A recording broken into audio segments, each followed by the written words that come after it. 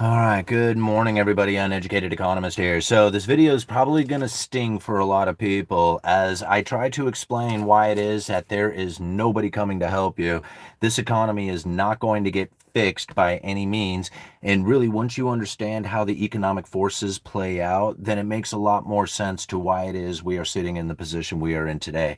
So let's break down monetary policy and how it is that the conditions that we now face today really give no hope for anybody to have themselves in a position in which that their average everyday job is going to be enough to provide the house, the family, the kids, the retirement, and all that other stuff. Once we come to this realization and understanding why it is that we cannot expect anything to change about the external out there, we can then take it on ourselves to then make the appropriate decisions to put ourselves on the appropriate path to wealth and abundance and everything else we need. So let's understand it from the beginning that when you introduce new money, what ends up happening to the economy? What ends up happening to the people and how this separation ends up taking place? Because once you understand that the new money that is being injected into the system is literally causing a separation between the rich and the poor, just simply by being there. Like you think about it, if you inject money into the system, somebody's going to get a hold of it. Somebody's going to spend it, not have it, and somebody else is going to get it and save it, and that's the separation that takes place. Now, how this separation has turned into such magnitudes that it has today is really due to the fact that we are a fiat-based currency. So we are using paper promises to create more paper promises into the future that are essentially going to be empty paper promises at the end of the day, because nobody knows how much debt that can actually be sustainably created until the whole thing eventually collapses. Like, this is the unfortunate consequences of being in this fiat-based currency.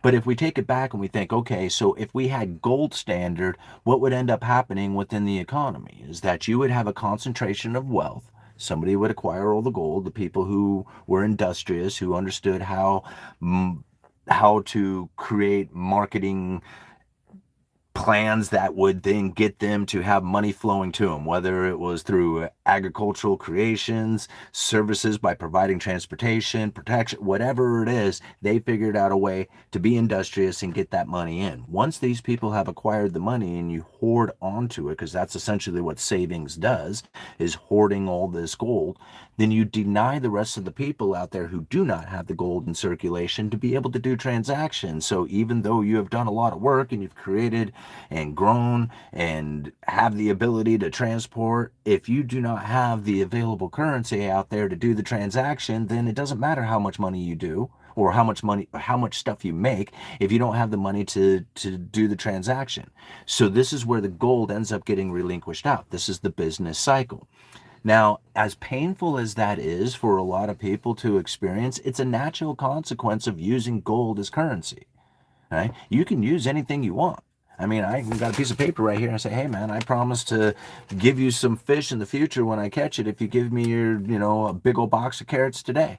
And that could be a way that you could do transactions, and everybody could then, have their abilities and skills then be used to trade for other abilities and skills that are out there. But that's not very efficient, right? If you have something that you don't have to have a promise for, like a piece of paper that says, hey, I promise to do this, then you can rely on gold, which is essentially everything that you would need. It's all right there in your hand, but it's only limited. So now here we have the problem, right? If you have a limited amount of currency in the system, then you're going to have a limited amount of transactions taking place. And this is now where the fiat currency steps in. As most people think about the fiat currency being government created in order to create inflation, to make people poor and all this other stuff, it really wasn't that. It was more about giving the ability to do transactions. People wanted to trade freely amongst each other, saying, hey, we have all the ability to do these transactions without any limitation. How do we get that done? And they said, hey, we can inject money, currency, into the system, but it's not money, it's currency. Money is gold. See, money doesn't have any paper promise behind it. It is what it is. There's all the proof of work is right in the item itself, or else it wouldn't be in existence. And that's what's cool about it, is that you don't have to wait on anybody to pay you. You don't have to have any expectation of anything out there other than your own ability to protect it. And so when you have something that is not gold or a physical item that has some sort of tangible value to it, then what you have is a promise to pay in the future. Now, with this promise to pay into the future, you can then provide as many transactions in the world as you want, so long as you have the trust of the people to say, yeah, we will accept this paper promise. Now, this is where the failure really begins for most economies, as this is going to create separation between the rich and the poor because it's ever injection of new money coming into the system. This is the unfortunate consequences of now being in a 100% fiat-based currency that has now expanded and engulfed the entire world. There's really nothing that can be done. So now understanding that if they were to do something to try and reverse the situation, it would cause pain and misery for everybody because it would deny the ability to do transactions. That's the unfortunate consequence.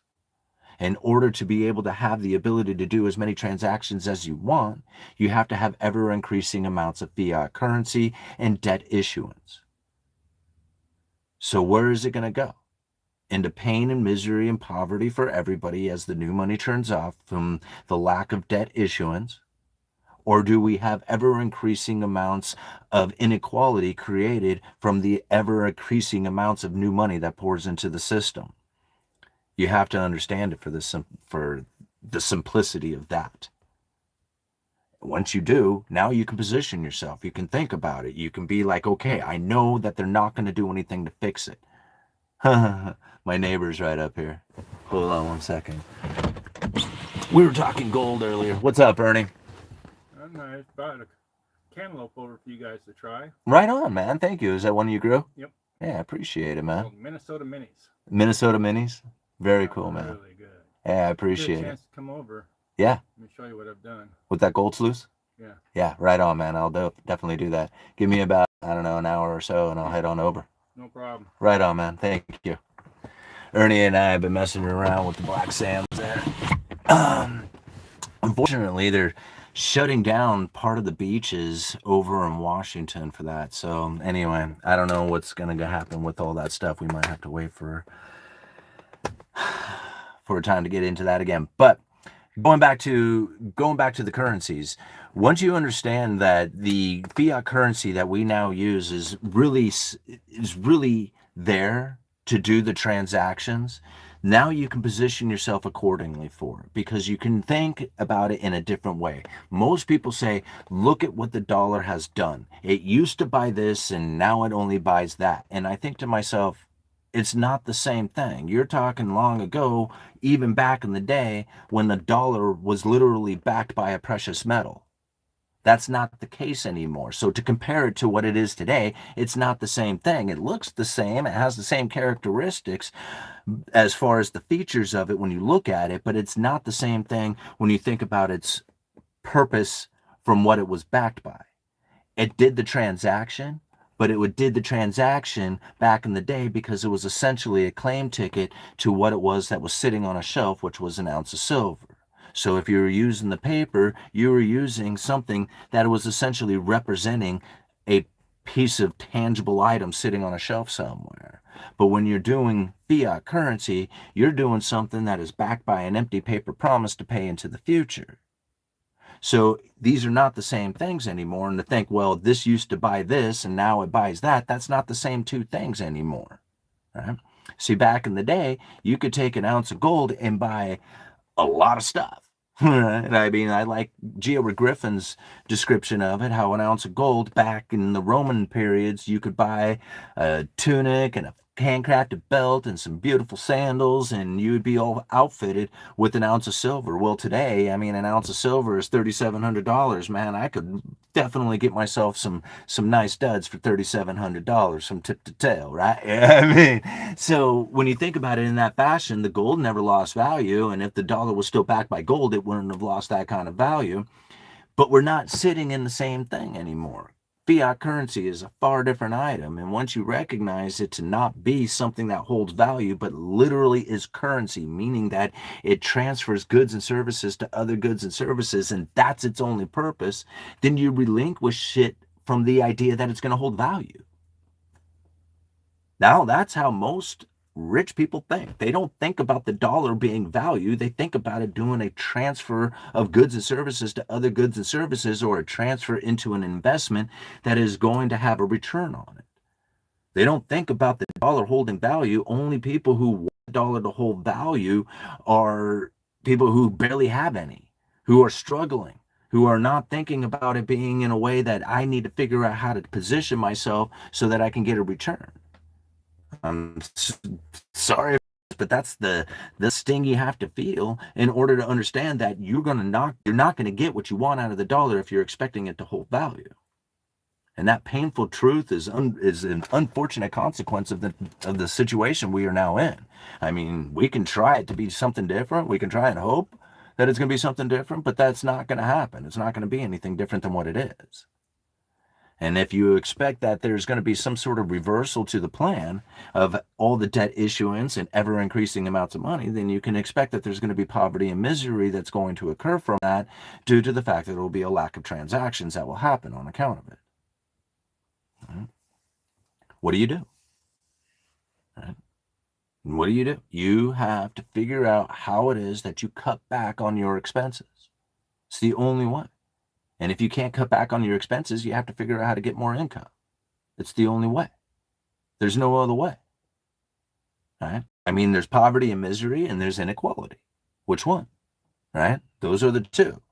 So either one, prepare for one or the others. A lot of people prepare for the poverty and misery. They think in doomsday scenarios, and they're preppers, and they got all their self-defenses and preservings and whatever it is that they got to do to hunker down, or boogie out, or whatever it is they got to do. And that's the poverty stricken direction. That's the inevitable collapse that will happen when the fiat currency fails.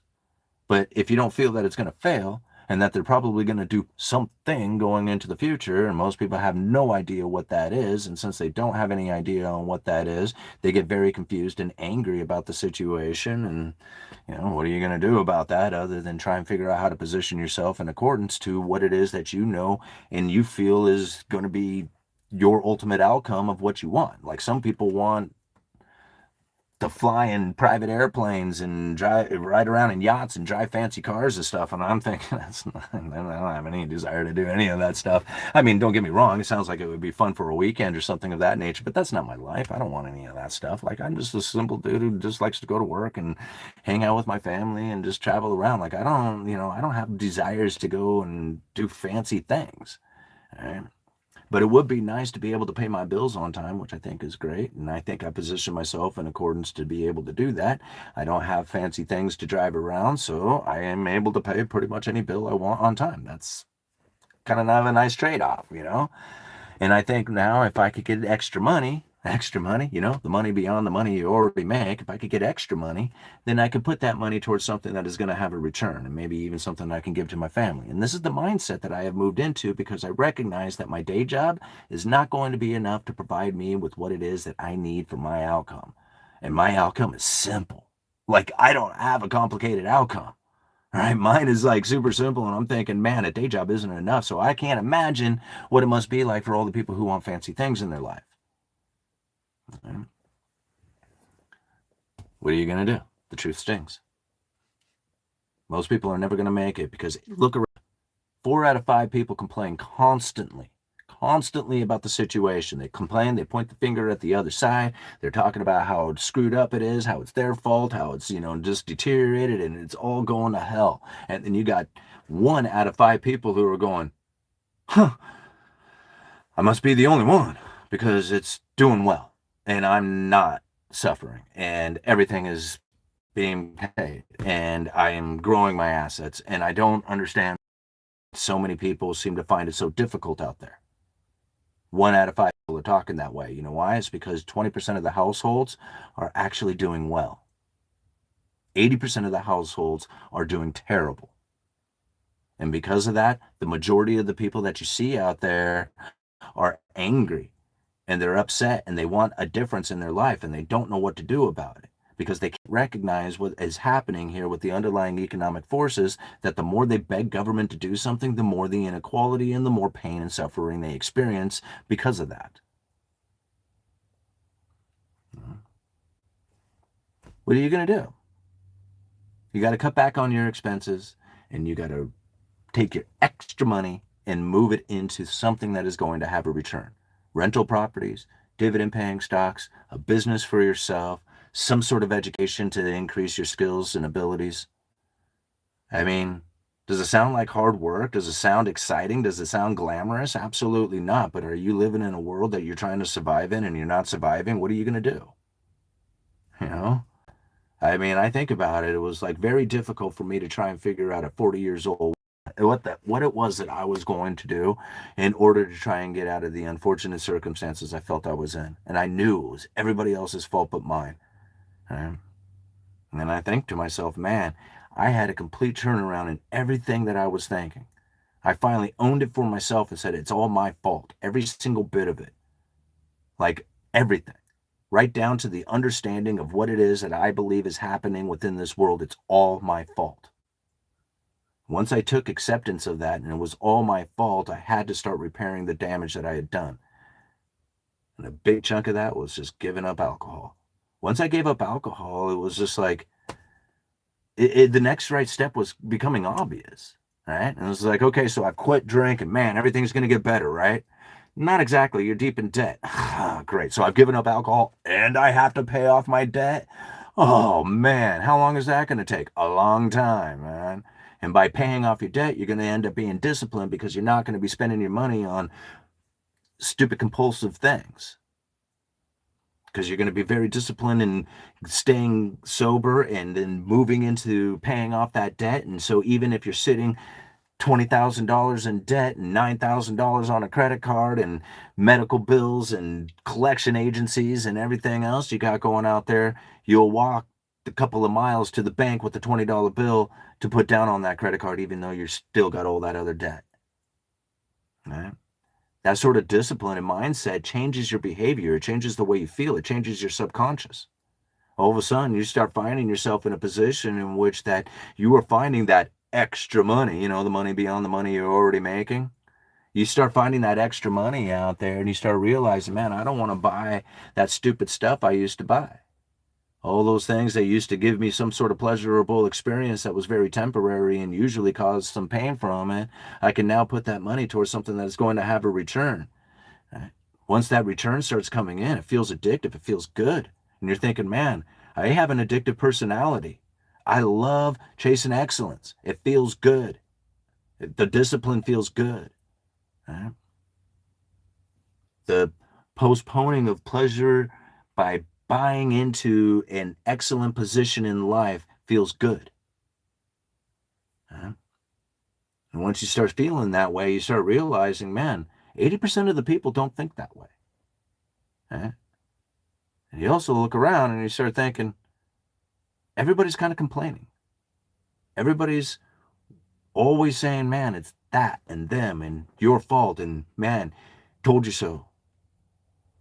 And I'm thinking to myself, did you ever think that maybe it's no big deal? That all those people are thinking the way they are? That you should allow them to think the way they are? Because once you let go of the way they think, now you're thinking about the way you think and not the way they think. And by thinking in the way you think, you can actually do stuff that is going to be beneficial to you because there's nothing you can do about changing the external out there. So we can focus in on that and say, oh man, no, look at this Facebook post. Look at all these Facebook posts. Look at all this stuff that everybody is talking about. That's the important thing. We got to go and talk about the important thing that everybody else is talking about, which has no importance to you. Right? Unless you make it important to you. But it doesn't change your world, doesn't change your outcome, doesn't change anything that is going to be anything of real in your life. But it does change your subconscious, which will change your outcome. So the more you focus in on it, the more you're going to realize, man, I'm not focusing on myself. I'm at the whims of what it is that everybody else is thinking and talking about. And I sit back and I watch that. And then I think to myself, are the interest rates going to go up and down because of that? Right? It's all. All right. How long? Gosh, I went 20 minutes. My goodness, man. I'm a rambler. All right. Babbling on. Worthless mirage of peace. All right. You have no savings until you pay off your debt. Absolutely. That's really true. Life priced in gold is doing just fine. People have gotten hoodwinked over the past 50 plus years. Um, yeah, I mean, I think so, especially a lot of the people who are like, expecting like dollars to hold value. But really, you think about it, man, this is a pretty excellent time in history if you kind of understand that if you can position yourself into assets, the appropriate assets, you can do quite well. Like, the ever increasing abundance of money that just flows into the system, you can be in a position that acquire a lot of it. It's the people who get angry saying, "No, I don't want to do that. I don't want to be greedy. I just want to show up 9 to 5 and then pretend that that's going to be enough for my life." Right? Those are the people who suffer. Like, I know I was one of them, right? And I couldn't find any, like, no job, no matter how much it paid, was enough. And that was what's crazy about it is just like I hear these people living wage. And I was just like, man, I got made a little, I made a lot plus some, and then it still was never enough. And so I'm thinking I don't know what the living wage means. That doesn't mean anything because essentially no wage is enough. There's no such thing as a living wage. Uh, 100% owning assets and riding the wave is fantastic. The side that doesn't get it is the ones who are upset. I 100% agree with you. Thanks for your channel and telling the truth. Yeah, you bet. And I think it's like, who is that? That was, Lord, I got to get my glasses on to read that. Bob Strick. Thank you so much.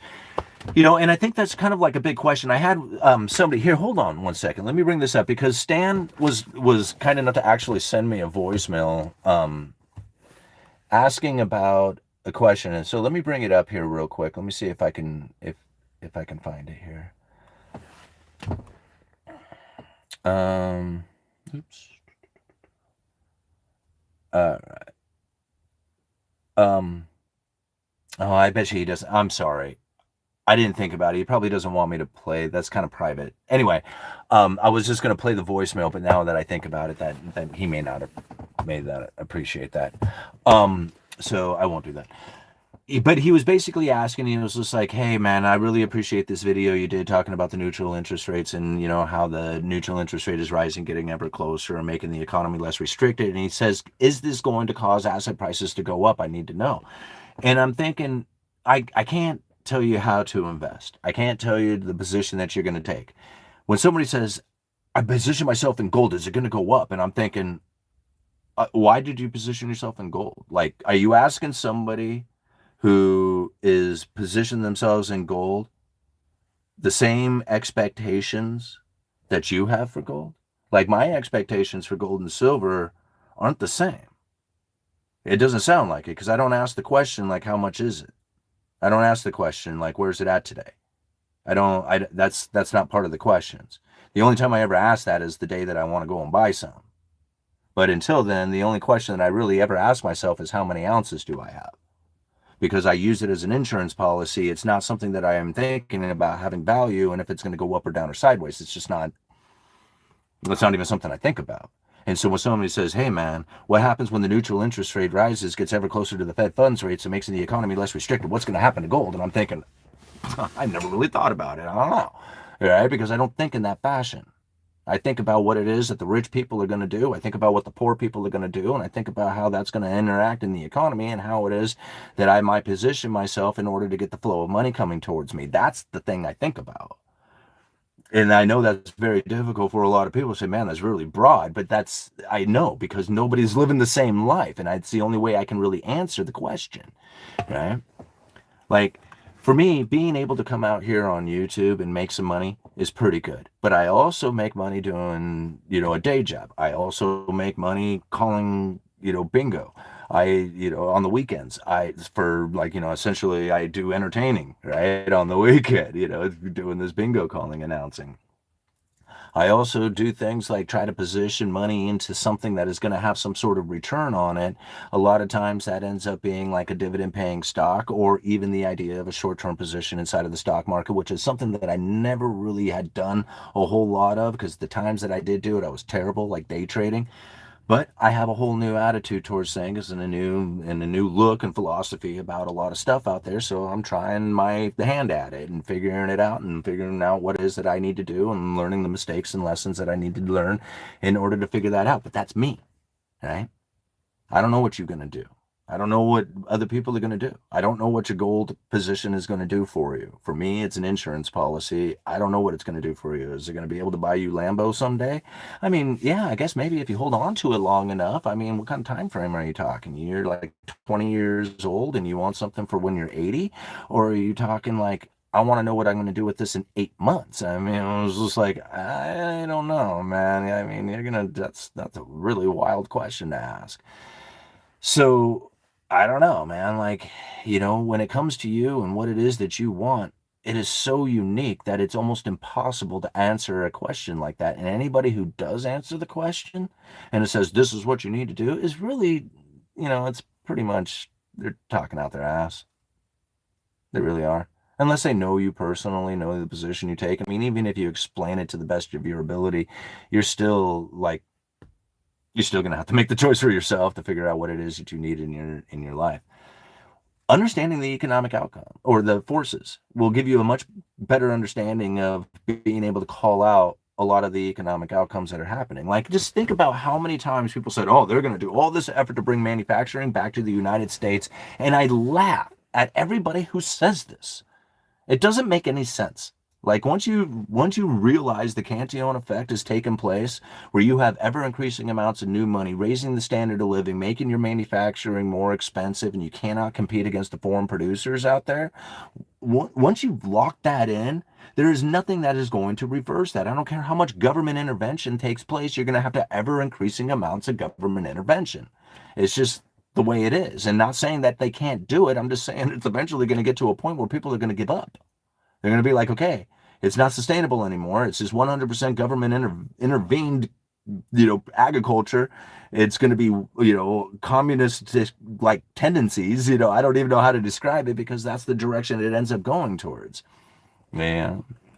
And the more you hear people say, well, the government should do something, the more they're begging for that kind of outcome. Like, it's just how it goes. I mean, I don't know how else to say it. But once you see it, like Triffin's dilemma and the bullwhip effect, the Gresham's law, like I talk about Cantillon effect all the time, but those other three are very important elements of the underlying of understanding the economic forces and how they play out. Once you have internalized it and see it, every single news article that you read, you'll be able to come back and say, man, these are the underlying economic forces that are causing this, and what they are describing are the symptoms.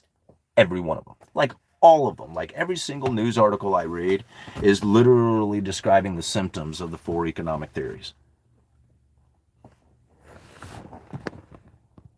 All right, where's this? Uneducated Economist. People don't realize that it's impossible to bring manufacturing back, at least in the sense that people are physically working. Robots may, huh? Yeah. Well, I mean, I guess then it comes down to is that if you have robots, the only thing that would make it more efficient is the transportation cost. So it would be cheaper to manufacture, even with robots, in a cheaper country that has less land cost, tax cost, energy cost, all these other environmental impacts, even from the stuff that you're doing. Like, if you have other nations that can still, with their robots, still make it cheaper than your robots can, it comes down to distribution, right? How expensive is it to get it from that nation to your nation? And if that transportation cost is less, right, then or you know what I'm saying, is just like offsets enough of the profit from the cheaper, production from a foreign nation, it'll come in. So basically, if they can produce it cheaper and ship it in cheaper than you can manufacture it here with your energy costs and your profits and your taxes and your, you know, everything else that you got going on, your environmental impact cost, all that other stuff. It's just, it doesn't matter. It's just like whether you got robots or not. Right? And then it literally comes down to those things. Look at the other features. Okay, so the robot part of it, the labor part, that's no longer a concept. Let's think about other things: environment, taxes, all the other stuff. And if you can make that cheaper in another nation than the transportation to get in, you still can't compete.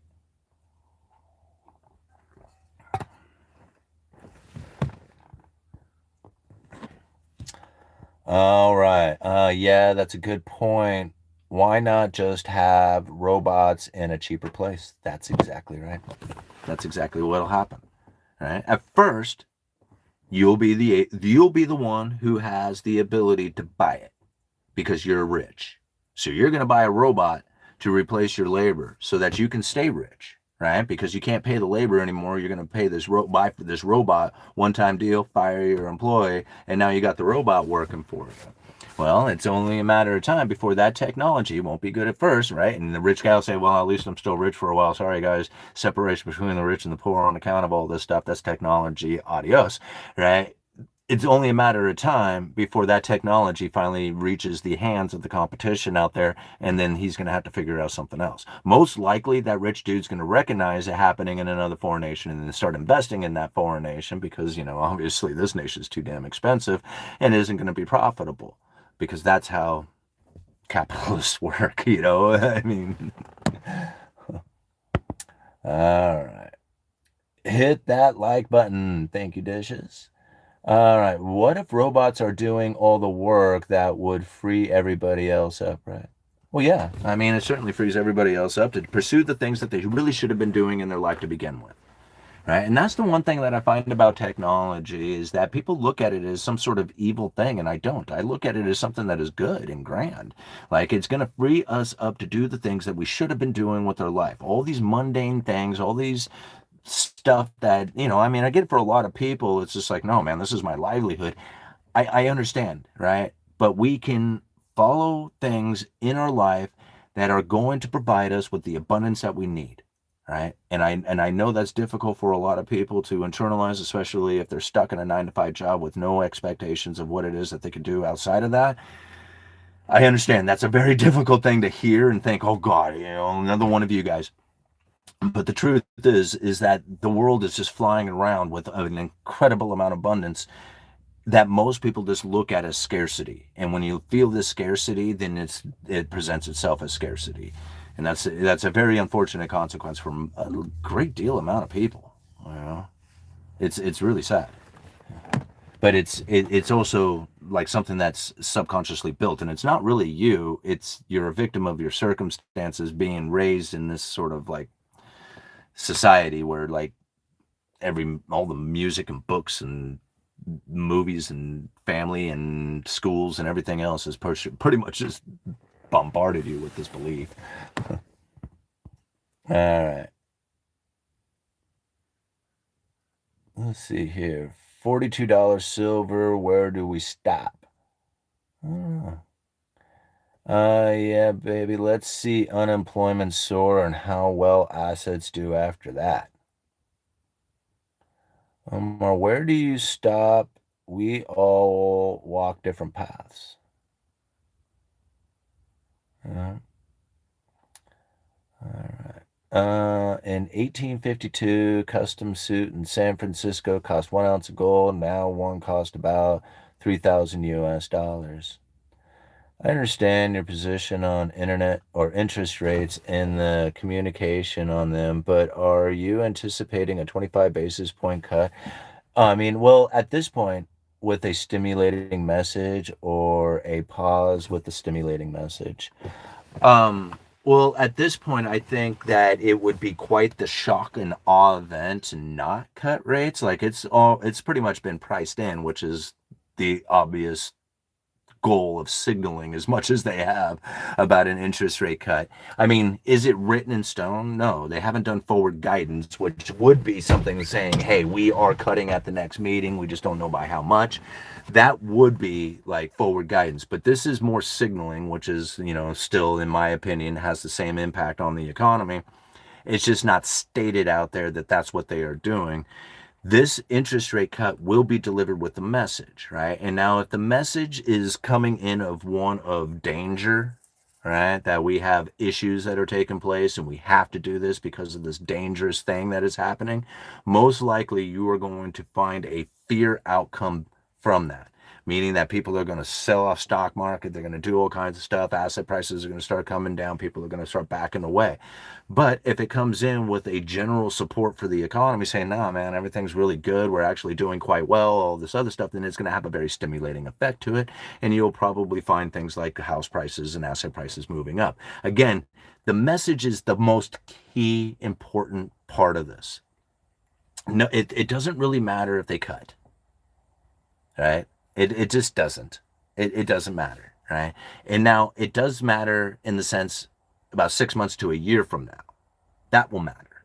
But for the next 6 months, an interest rate cut doesn't really impact the economy, except for the very few people at the very beginning who are taking some advantages of the first interest rates. But the general economy doesn't feel it until many people have participating in the lesser interest rates, which we're talking just a minute, small, lesser amount going into the economy. And unless a massive amount of people are jumping into that game, it doesn't really do anything. I mean, it's just a number on the wall, essentially, right? So understanding that it takes a while, there's a lag period from the interest rate to the time that there's enough people who are actually taking advantage of that interest rate to be inside and involved inside of the economy. And that lag period is anywhere from 6 months to a year, even a year and a half, depending on how slow the economy is really operating at the time. The message that gets delivered with it, instantaneous, boom, right into the economy the moment it is while the message is being delivered, it's being delivered right into the economy, right into the market's behavior. That is profound difference in monetary policy, because there was a time when monetary policy was focused in on that interest rate adjustment, but it's not. It's focused in on the message that is being delivered. And that message that gets delivered can be different. It can be different on the outcome of a stimulating effect or a restricting effect. But the adjustment itself could be the same regardless. So I think it would be pretty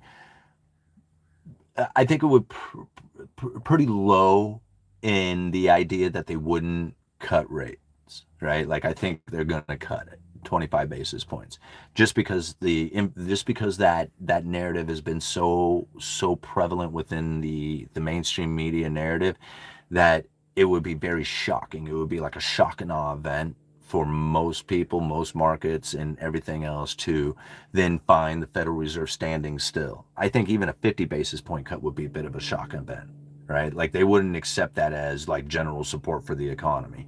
They would take that as, oh, hell, Fed is losing it. They're lost control. They don't know what they're doing. They're doing this because the labor market's weakening. They will say all kinds of stuff like that. And if that's the case on a 50 basis point cut, that would probably be very damaging to the economy, in the sense that people would be very scared and fearful. And you would probably find quite the opposite happening with interest rates, and they would probably end up moving up as people would demand a higher return on the risk that would be out there. Okay, at least for the moment. And then after time, then, it would change as people started taking in the risk and how damaging it really is. All right, moving on. I don't get notice when Simon is live. You don't get notice? Dang, Benny. Well, make sure the bell has notifications turned on. But yes, the reduced restriction in the economy would have manifested by now. And I think it really has. I mean, if you think about it, the economy, like, mortgage rates have come down since the Fed started talking about lowering rates. And once we see the rates start to come down, you start to see a lot more activity start to happen within the mortgage market.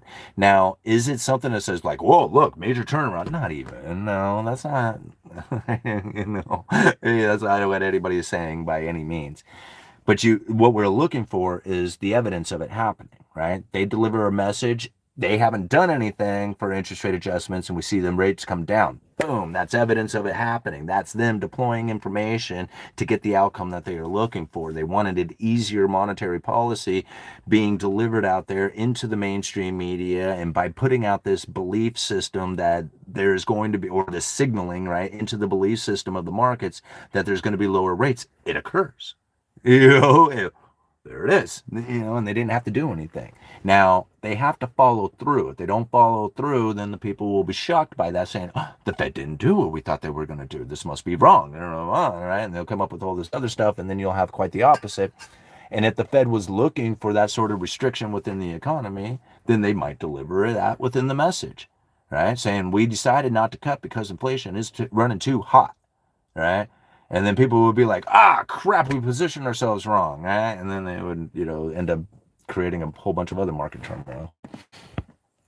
Benny, Powell, well, it's not Powell, it's the FOMC. So, right, I'll change your word from Powell to the FOMC so we can say it appropriately, right, Benny? Right? FOMC will cut his unit before rates slash. The FOMC will cut his unit. Right? Powell doesn't do anything. He's a spokesperson. He's out there, hey, man, cut my unit off, right?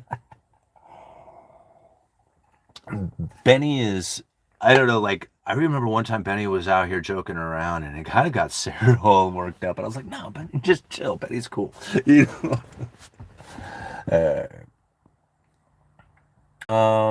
As someone who's graduating in 2 years, do you think the labor market is going to improve? Probably not, Alex Race. Alex, no. Like, right now, a good job sucks, and it's not going to get any better than that. Now, understand that when I was a kid, like, getting a job was hard.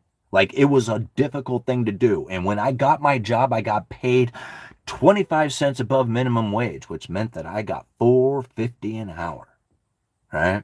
And I thought that that was impressive because it wasn't minimum wage. I was working at a lumber yard. I'm making $4.50 an hour. When I go full time, I'm going to get benefits. And I thought that, man, I was in it. I thought that that was cool,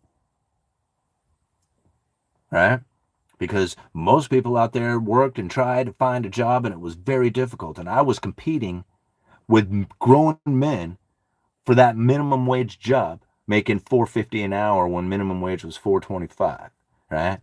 I remember I got a raise. It was $4.75. Minimum wage went up to $4.50 right after that. I was just like, man, that sucks. And that's what it happened for the rest of my life, is that minimum wage just nipped at my heels the entire time. And I realized then, it was just like, man, average job sucks, right? It is not gonna, there's nothing that can come from a job, ever, except for maintaining of life, which is essentially all it's ever going to do, right? I mean, and it's not even really particularly hard to actually make it. Like, you can have a job and make it. It's just hard to make it good, right? Everybody talks about, like, suffering with the crappy food they eat and the crappy car they drive and the no experiences they get from it. And I'm thinking, well, that's survival. I mean, just think about it. If you were living in the wild, it'd probably be not too much different, right? And so it's just like you're barely cutting it, and that's what survival is. Now, every job is going to be that way from now on because good jobs suck. Like, I mean, there was a time when a good manufacturing job, or just having a good manufacturing base economy, provided a lot of new money coming into the system. And when you have a lot of money coming into the system, what you have is the people who have first access to that money get to spend it at face value, and that starts to filter into the economy, and everybody else starts to benefit from this, and they start to increase their consumption as well.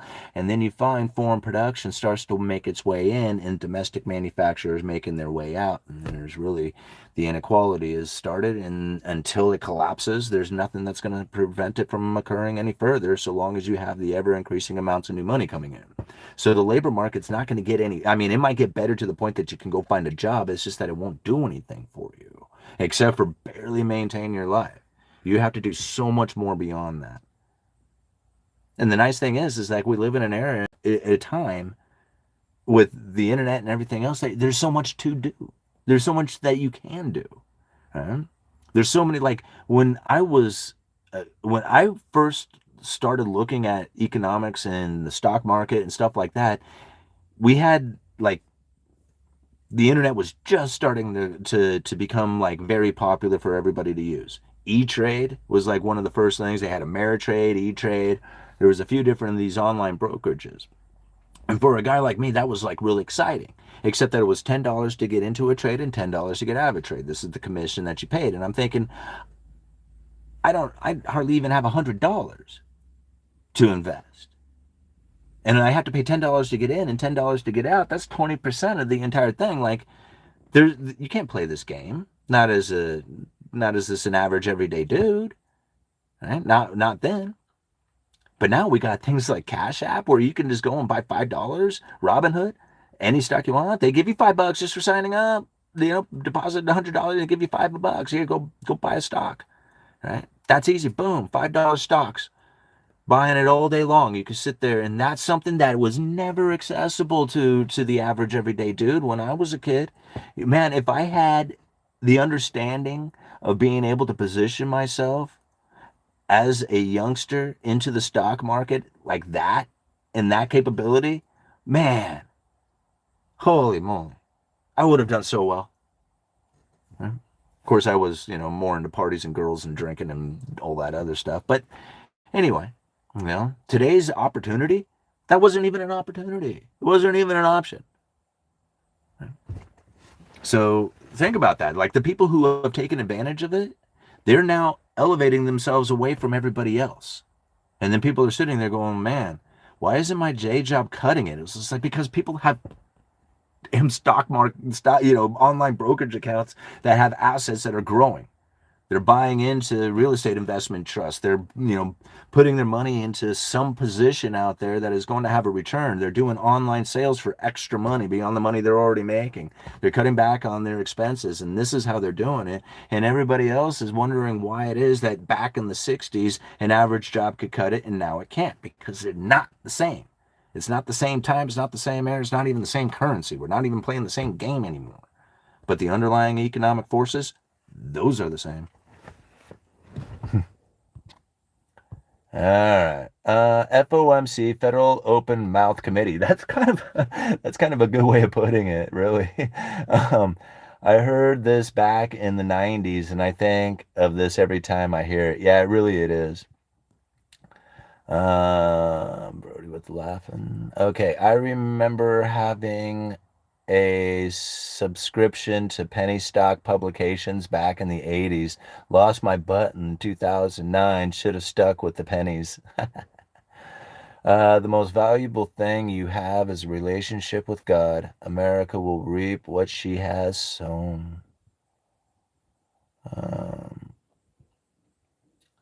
Wayne, talking to Tom Flo, says, but once a month I get a Chuck Wagon sandwich, a big bag of chips, and I figure I might be deficient in vitamin and minerals, MSNG. That's pretty funny. All right. We're not in the game anymore. Such a good way to put it. Yeah. I mean, what? It's just... acceptance is difficult because it hurts so much. Like you want it to be something good that can come. Like people want that to be the case. Like one day it's all going to be better for everybody. And like, it's just going to be this like just wonderful experience and moment for everybody to enjoy. And I think to myself, man, is that really feasible? Is that even something that exists? I mean, is that just completely fascination and, imagination and like this, just complete fantasy world, Because some individuals get to experience it. Right? Like not everybody's going to, but some people do. And so if some people do, then it must exist. Right? So then most people look up there and say it doesn't exist. And I'm thinking, but it does exist. It does exist. Like it does exist. And people are experiencing it right now. You can't say that it doesn't exist. They're doing it. Right? I mean, there's evidence right there. You can't say that it isn't happening. So if it's happening, it's not happening for you for a reason. Right? And most people will say, well, that reason is this external. Boom, boom, boom, boom, boom. Right? And I was just like, well, why is those externals holding you down and not them? Right? And you say, well, they're different from me. In what way? They have an understanding of what it is that they need to do in order to position themselves accordingly. You don't. That's the difference. And since you don't, you want to blame it on something else. When you blame it on something else, you relinquish what it is that you can do. It's their fault. They're the problem. They need to change. Once that happens and they change, I guarantee you, you will find something else out there that'll prevent you from exceeding or succeeding in your life. You'll put it on something else. That you'll eliminate the problem that you have, and another problem will manifest itself. Every single time. I know, because this is how I live my life for a long, long time. And once I recognize that I'm blaming something else out there, I have to then internalize, why is that the problem? What is it that I am reflecting on the inside that has now created this external problem for me? And once I recognize what that is, then I realize, man, it's my behaviors, my feelings, it's my understandings. Once I change that, the outcome, the external changes. What happens when all the money invested doesn't meet the fundamentals? I'm not sure, like, for who. Like, to me, like, if there's a complete collapse of the entire monetary system, I think I'm positioned for that. I don't know how good of a position I've taken, but I think I'm positioned to deal with it. Time will tell if the outcome, if I'm good enough at what I've done, right? But I think about what that would be like. I think about what it would be like for my behavior, what it would be like to try and survive to the other side with what it is that I am trying to use for a protection of wealth. Like, you can't use a protection of wealth for your survival mechanism, right? You got to have a survival mechanism that carries that wealth to the other side. That's difficult to do. Most people will end up giving up the gold and silver and whatever else they have the moment that they get hungry. And to know that you have to carry that through your hunger, starvation, and everything that's going to come, because it's going to be a painful experience. But if you have the wealth on the other side of it, that's where you can actually succeed from. It's a much different mindset than a lot of people take. If I was to invest, I would just follow the masses, then get out before they do. How do you know when they're getting out? How do you know? If you followed them in, you're going to follow them off the cliff. All right. I experienced lots of awesomeness when it was cheap. No thanks with today's prices. I'm not inflated expectation schmuck. All right. What do you think about Hyundai deportation issue? Koreans are beyond mad. I don't know. I really don't. Like, I think to myself, man, if you were trying...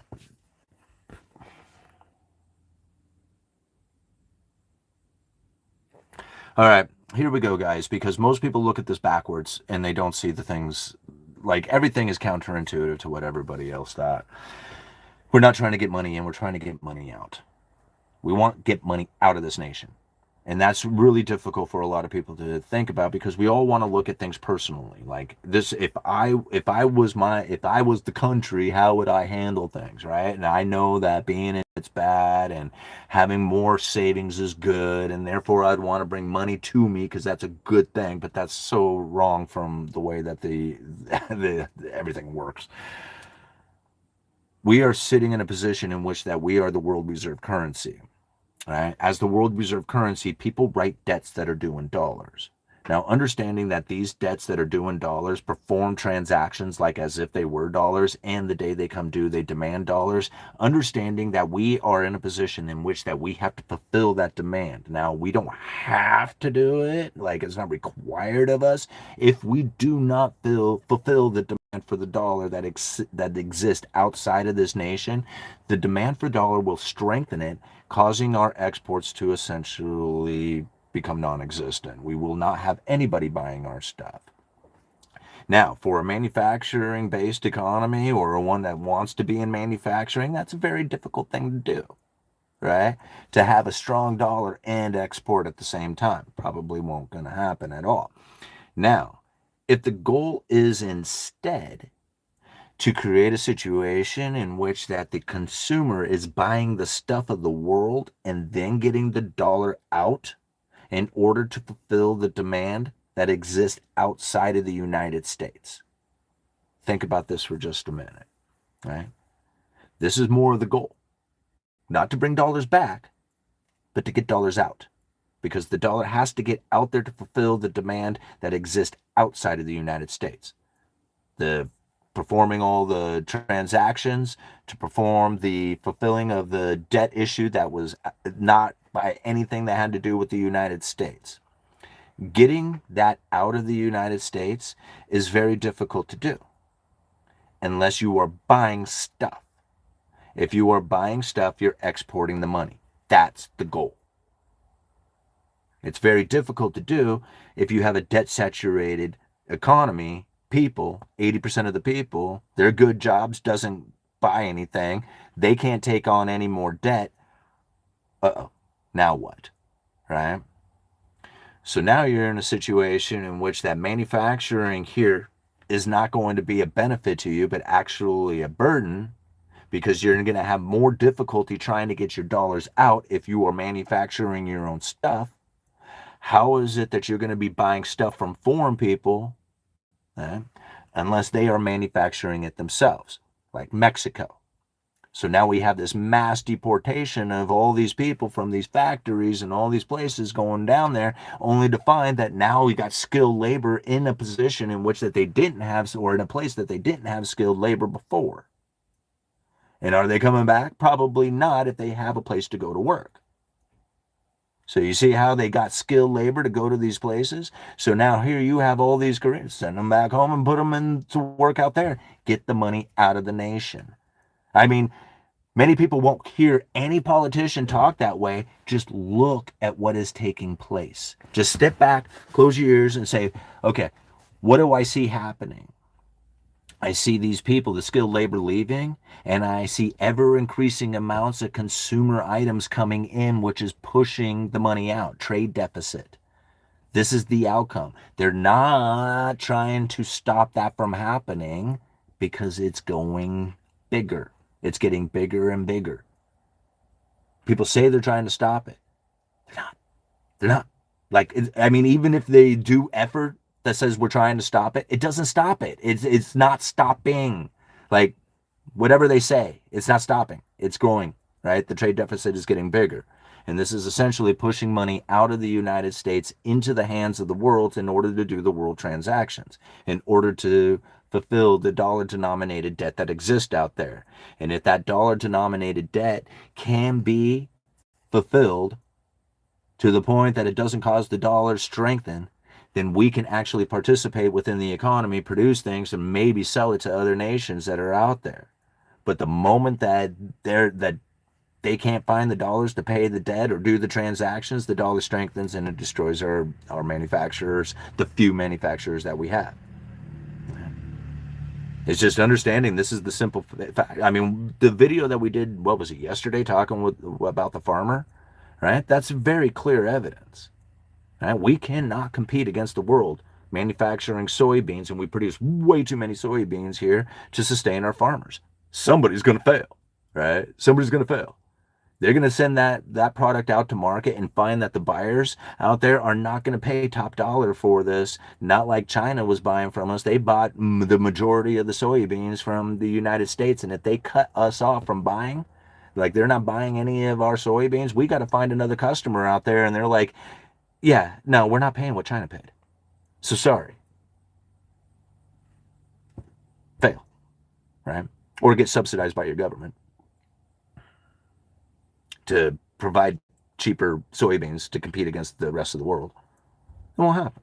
You guys, it's going to go under. Without China as a customer with the promise to buy them, you can't compete.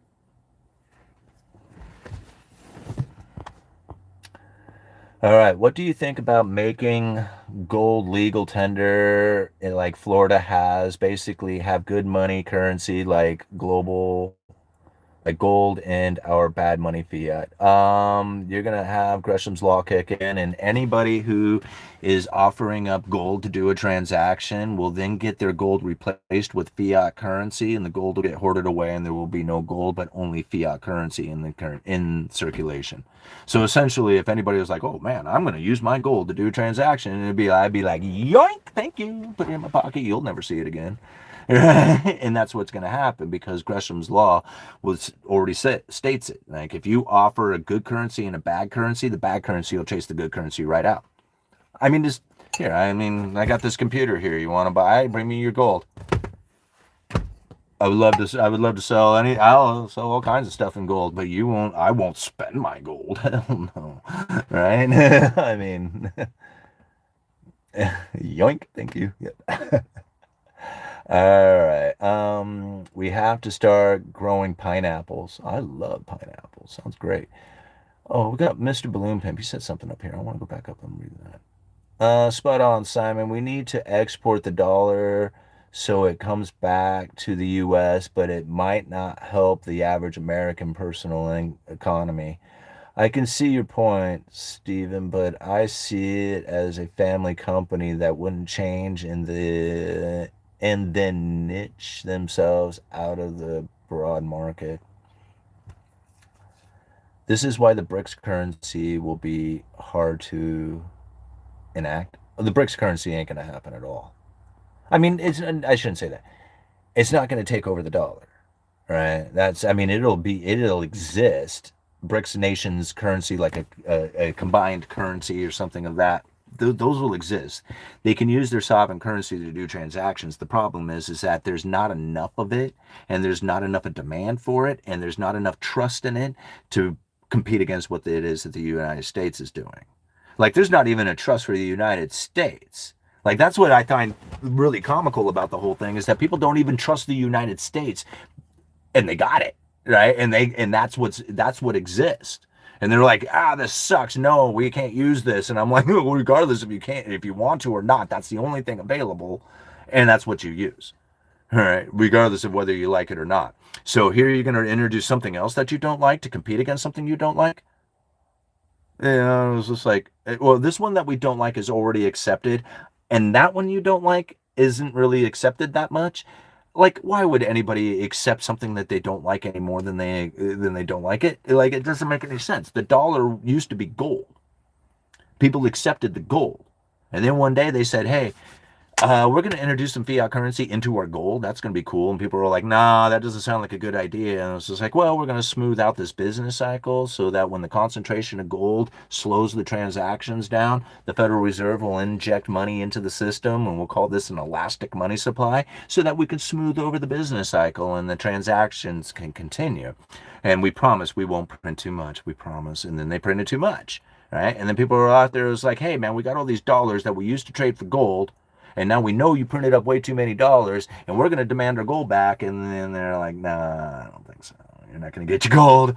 Sorry. So sorry. You shouldn't have accepted the dollars in the first place, but you did because you wanted to do transactions. But you shouldn't have done that. So it's your fault. You voluntarily did that." And now we suffer the consequences of people in the past history who have positioned themselves using the fiat currency and saying, "Yeah, this is a good thing," instead of positioning themselves saying in gold, saying, "No, I don't accept fiat currency."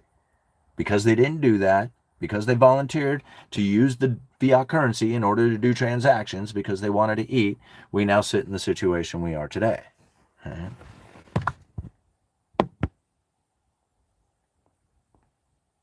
All right. Would you rather have a dollar or Chinese yen? Drive through the Midwest and all you see is corn and soybeans. Corn was the most subsidized crop in 2024. Corn farmers received 3.2 billion and 30% of all federal farm subsidies. Corn makes up 95% of the US produced feed grains. And, this is, oops.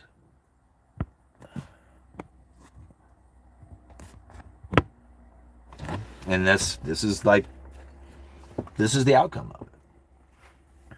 I don't know what anybody expects anybody to do as far as like government powers and stuff, But anything they do is going to create more inequality and more separation and more problems for people to then deal with as far as their daily expectations of their job and what it can do for them. Corn was invented in a laboratory, and other veggies too, most likely. Oh, I imagine hybriding and all that other stuff produced like an abundance of corn and all that. Like, you know, I don't know where, like, for example, I've raised chickens, right? I've raised Cornish cross rocks. Scary thing about a Cornish cross rock is that from the time they're a little chick, just a couple of days old, 2 day old hatchling, till the time that they're a full grown bird ready to butcher process is 8 weeks. Some of them you can do it in like maybe 6 or 7. And if you let them go much more than that, they get like almost a little too big and they're beyond. But it takes 2 months, this 2 months to raise this little tiny chick to this thing, right? And then they say, oh, this is genetically modified and all that other stuff, and that they grew this thing in a laboratory. That's not true. They actually figured this out like a long time ago, back like during the war, right? During World War II or something.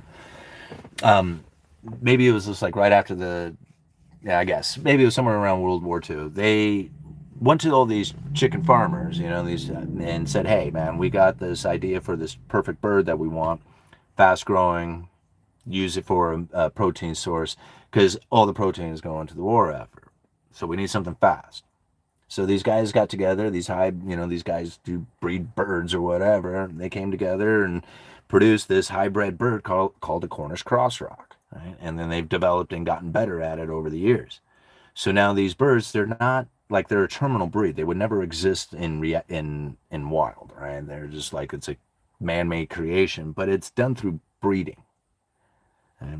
And now watching these things grow, it's just incredible, because if you raise them with like a heritage breed, like something like a Rhode Island Red, or even one of them that they're bred from, like the Barred Rock or something like that, you'll watch like this little chick grow, this little heritage breed, and then this giant bird like next to it, like they're like daily, it's getting bigger and bigger and bigger. And you realize by the time you get it to the point that you're about ready to go through the process of butchering it, and you look at its, like basically its hatchmate, the one that's the same age, and it's a heritage breed, and it's just this tiny little chick. And this thing is the equivalent, right? And it's like, wow, without this, would there even be a chicken market, a chicken protein market? Right? Because a heritage breed, even after 6 months, is a pretty scrawny, tough, different breed of bird. Like there's meat on it and it's good, but it's more in the idea of like a game bird, has almost like a gamey flavor, not really like gamey like a lot of people would anticipate gamey flavor, but it has definitely like a game feel to it, or a taste to it, which is very different from what you get out of the store, which is this little tiny chick of a bird that has been hybrid to grow these absolutely huge breasts and legs and thighs and everything else. It's not the same. It's not the same thing anymore. Knowing that to be the case, like it's not it. I don't look at like the commercial food industry, especially when things like chicken, and immediately think, oh man, that's GMO, that's like, that's all this other stuff. A lot of it can be, I'm assuming, like, through the process of the chemicals that they use and the process in which it goes through. I'm not saying that it's healthy food, right? But when I've grown those birds myself and seen how fast they can grow, and I didn't put any steroids in it, that bird didn't, like, I mean, it's essentially came from the hatchery just the day before, and outside of maybe a vaccination that it got to keep the diseases from running through it, I can't. There's nothing that happened to that bird other than the feed that I gave into it, and still watched it grow magnificent size. All right. The vast majority of Democrats don't own firearms. The fact that they are being blamed for something tragic, but was done by the far right, Oprah from a MAGA family is sickening and it's dangerous. Baseball 929. What you are doing is you are actually giving power to a power pendulum that is going to be counterintuitive to the outcome in which that it is that you are looking for. See, even the idea of me addressing the comment within itself is now lending power to this, regardless of the side that you are on. The more that you think about it, the more that you talk about it, the more that you encourage the conversation about it, the more it is drawing your attention away from the things that you could be doing that it would actually benefit your life. Right? That's the misunderstanding that most people have with their conversations, is that you are literally getting on a power pendulum that gives that thing more energy. Right? Some people say, I want this energy. I want it to be there. I want it to be discouraging and disgusting and in your face and proving and all that other stuff. And meanwhile, I'm thinking that at the end of the day, somebody's going to benefit from that, from your energy that they have sucked from you, and you're going to have nothing. You're going to be depleted from that. It's an unfortunate thing. They're distracting you. That's right. That's about right. Oops.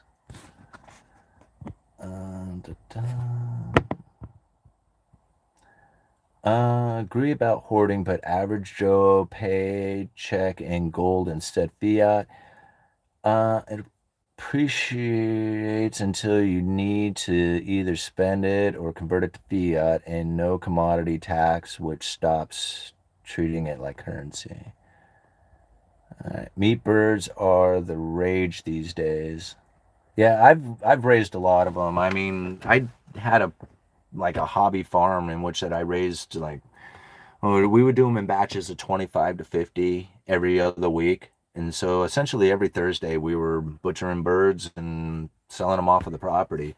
And, I mean, I guess every state is different as far as the laws that they have, but most of them are somewhat similar in the sense that you can raise a whole bird off your property and sell it off the property and not have any licensing or fees or anything else like that. Like, I think some places have some inspections and maybe some permitting, but it's pretty simple stuff from what I understand.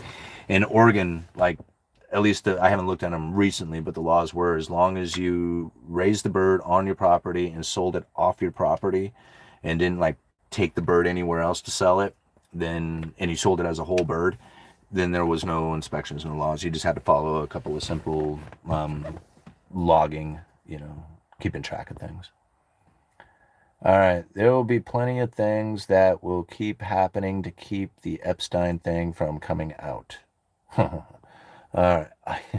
Again, I don't know, maybe some people are like, oh no, all these politicians will lose their job because they're going to get exposed or something like that. And I'm thinking, again, that doesn't change my life.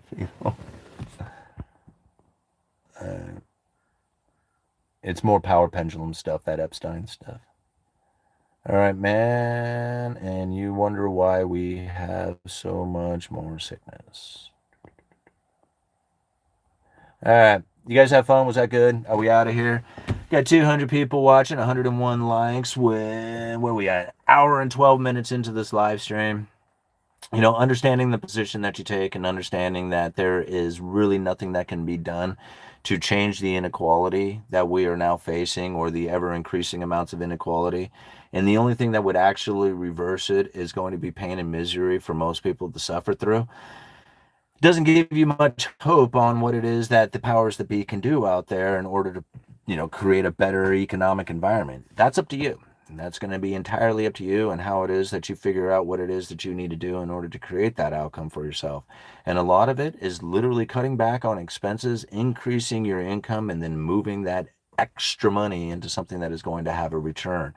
That sort of mindset, that sort of belief, that is really what's going to end up giving you the ability to compete against what it is that's happening out there. And what's happening is most people are thinking or hoping or wishing that their day job would be enough. Once you abandon that and you move into the next level, which is, I'm going to have to do way more than I ever thought that I would have to, cut back on way more than I want to in order to position myself to deal with the unfortunate consequences of ever abundance of new money coming in, separating the rich from the poor. That's that. All right. Has the Fed lost its credible threat capability under Trump? Absolutely not. Why would the BLS 9? I mean, 900K down for the jobs thing. I mean, didn't we go over that in a speech given by Waller where he said it was going to be like extreme changes to the it's not like they didn't know. Right? That's why I'm not surprised by it, and everybody's all flipping out. Oh, what's the Fed going to do now that these numbers come out? And it's like, well, they knew it was going to happen. Like they knew. We did it. We covered it in Chris Waller's speech where he says these numbers that we're looking at, they're not real. They're going to get revised down in a magnificent way, and everybody's going to be like all shock and awe. That's what are we waiting for? Hold on, let's see if we can read it. Hold on one second, guys. I mean, you guys, you don't mind sticking around? What else are we going to do today? Where's Waller's speech? Is this the recent one? Let me pass this. Ah, dang it. This is not the one. All right.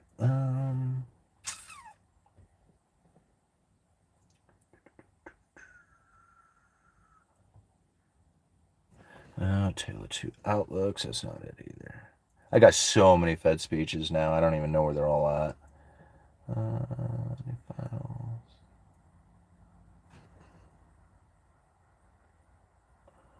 Recently. Oh, we're going to just be... Oh, wait a minute. Okay, let's get on with it. This is August 28th, 2025, Christopher Waller's speech. Now, for many of you who are members of the channel, we covered this speech in a members-only live stream. Consider joining the channel. It's $1 a month. You have access to all the member-only live streams we've done where we've broken down many of these speeches. Let me see. Let me see.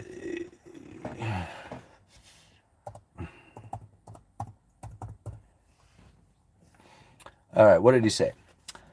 In July, I warned that job creation was weaker than it seemed in the payroll numbers, and that data due in early September would indicate the payroll growth will be significantly lowered when annual revisions are made next spring. But even before then, job creation came in soft in the employment report for July, and May and June were revised down sharply for a 3-month average pace of a total non-farm payroll growth of only 35,000. So it's not like they didn't know, right? I warned that job creation was weaker than it seemed in the payroll numbers and the data due in early September. He said it. I mean, he said it, weeks ago. It was just like, those numbers that are about ready to come out, they're going to be revised down so much. Way more than anybody's thinking. We should probably, what are we waiting for? Let's get on. What is it? Let's get on with it is the name of the speech. Right? So, to me, it's just like all of a sudden, this number that comes out, it was just like, they knew it. They already knew. And it's not like all the rest of the people on the FOMC don't know. I mean, Waller had to know it before the speech was given, right? And so it's like, this isn't new. This isn't new to them. Yeah, let's get on with it is the name of the speech. Christopher, given August 28th, 2025, let's get on with it. Remarks by Christopher Waller, member of the Board of Governors of the Federal Reserve System at the Economic Club of Miami in Miami, Florida. Yep, and go and become a member of the channel. Just a few that go through the member-only videos that we've done. This is one of them, right? This is one of them where we broke it all down. Like, what did he say? This is something else that he had to say that I highlighted, right? It goes like this. It goes, all of this is consistent with what my business contacts are telling me, which is they are postponing investment and hiring because of uncertainty about how tariffs will affect their input cost and demand for their products. That said, I am starting to hear some rumblings that businesses cannot sit on the sidelines forever. So we would see at least investment projects that were postponed begin to pick up which would be a positive for the economy. But how employment decisions evolve is more up in the air. Think about that for just a minute. He is saying that there's businesses out there who have postponed investment in hiring because they are worried about tariffs. What if they weren't worried about tariffs? What if they weren't worried about tariffs? What would happen to their expectations of the future when it came to investment in hiring? If they are postponing it now with worries of tariffs, what if you relinquished the worry? What would happen then? Come October 14th, these tariffs come to an end with the credible threat that they will be reinstated at some point in the future when the Supreme Court decision is made. Now, if the Supreme Court decision is made before that, we will have our answers. But if we don't, we will continue to have the credible threat of tariffs for many more months to come, regardless of there being any tariffs enacted. See, this is how they're playing this game. Think about it. What if October 14th comes and goes and the relinquishing of the tariffs, right? Can't have the tariffs. The Supreme Court decision wasn't made. Supreme Court's going to make a decision in another 6 months or something down the road, right? So now you got the credible threat of tariffs still staking in place, but you don't have tariffs. What if that scenario was to take place? What would the economy look like then? Right? I mean, here you got pent-up energy. You got a whole bunch of pent-up energy. He says it right there. All of this is consistent. Here, let me read the entire paragraph so you get a little bit more context.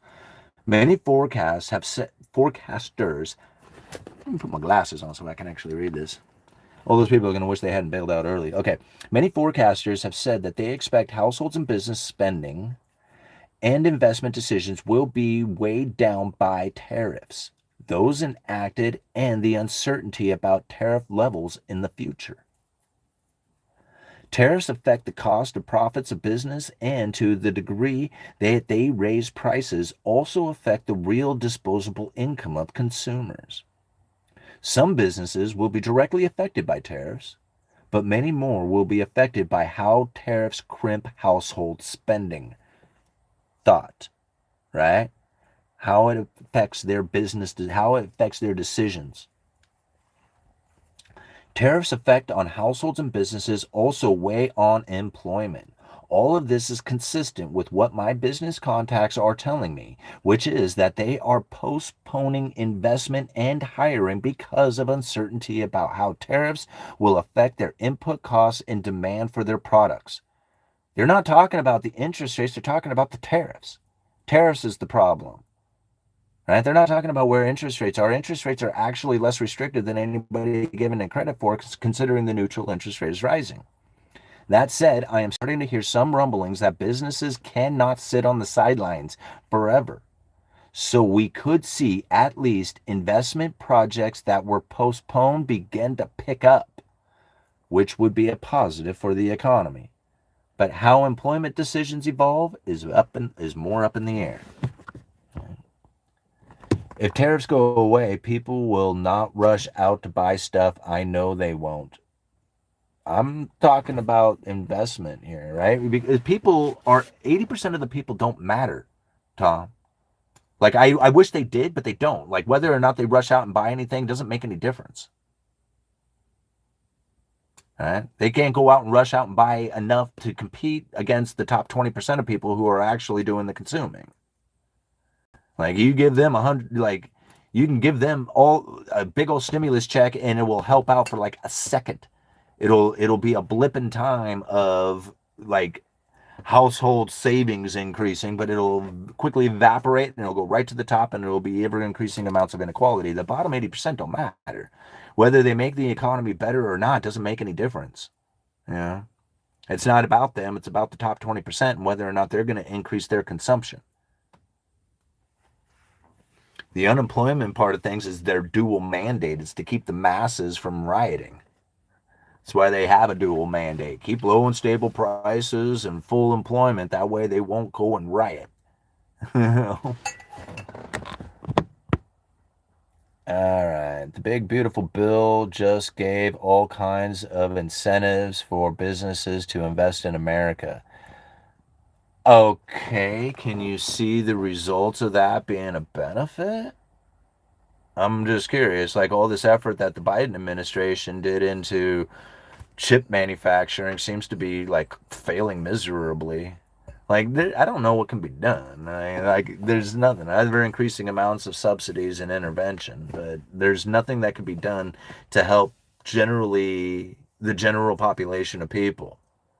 Like 80% of the people don't matter to them, and we are on our own. You might get a day job enough to eat, right? Pay the bill, but that's it. Everything else after that, it's up to you. It's like they're not going to do anything to make it any better for you, right? And that's it. And like even like lowering interest rates and tariffs and relinquishing all that, that's really only going to help the top, right? Everybody else is just going to suffer the consequences of whatever position they've taken. All right. Is tariff still a strategy going forward? It's a credible threat. I don't. It's like I don't know what it is that anybody had expected from the tariffs, other than what we are getting. I mean, I don't know what they like. This is exactly what I would have expected. I mean, I couldn't tell you in detail that it was going to look like this, but the results of this is not surprising, right? I don't know, like I think a lot of people might be surprised by that, like especially like, the farmer we were listening to, the soybean farmer, he seemed very surprised. Him and his buddy seemed very surprised.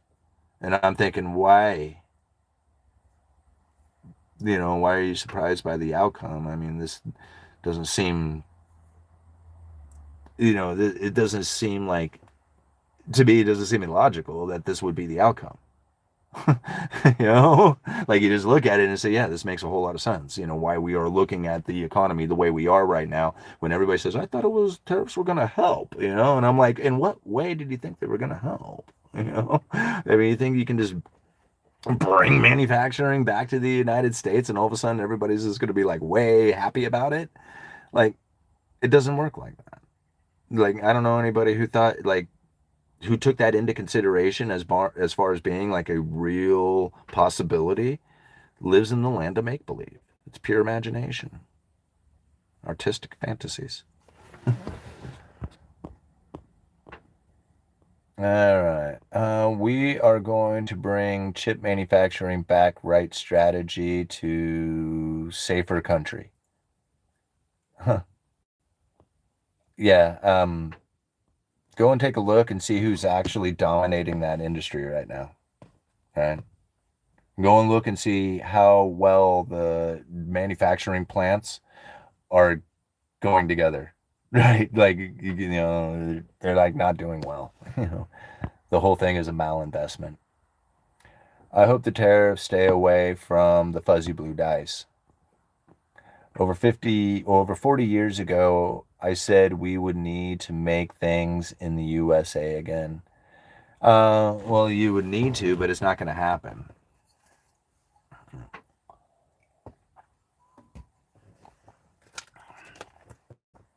Oh, it sounds, I mean, we all know what needs to happen. Nobody's going to do it. You have to cut back on your expenses. You have to increase your production. You have to be able to compete against the rest of the world. That means you have to suffer generations worth of suffering in not enjoying luxurious experiences of new cars, bigger houses, nicer clothes, better food. You have to deny yourself all that stuff and your children and your grandchildren and maybe even possibly your great-grandchildren, that luxurious experience, so that you can be able to compete against the rest of the world. That's the right thing to do. But nobody's going to do it, because it's probably the most uncomfortable, painful thing to then force your family into that sort of lifestyle. But that's what needs to happen. All right. Even if we could magically bring manufacturing back, the U.S. owns almost no cargo ships, right? You don't own the distribution network. You don't own the manufacturer. You don't own the distributor. What you own is the consumer. How do you produce a consumer? Well, your consumer, the United States, all the people of the United States, all those people go out there and they consume.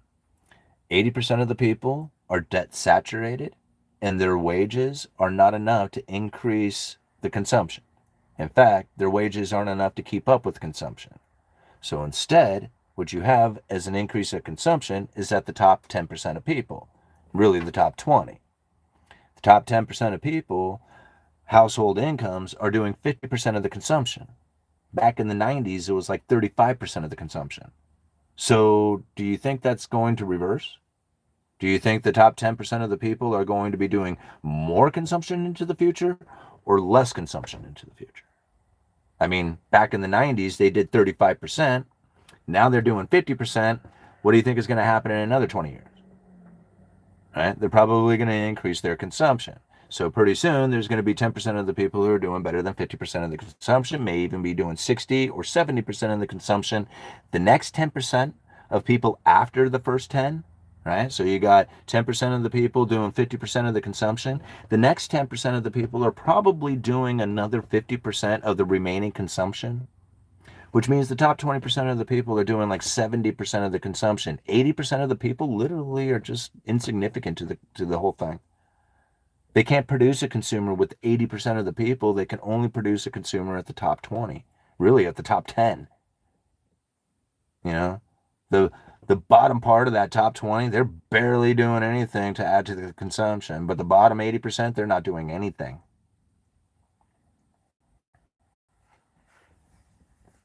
That's scary as hell, isn't it? So here you have an economy that's based on consumers, based on consumerism, debt issuance and consuming. The United States' job is to produce a consumer.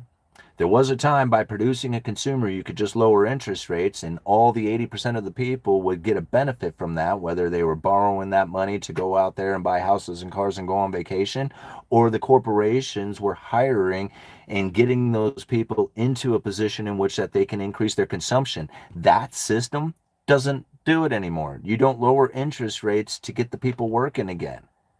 Even if you did, it doesn't matter. 80% of the people aren't going to add to the consumption.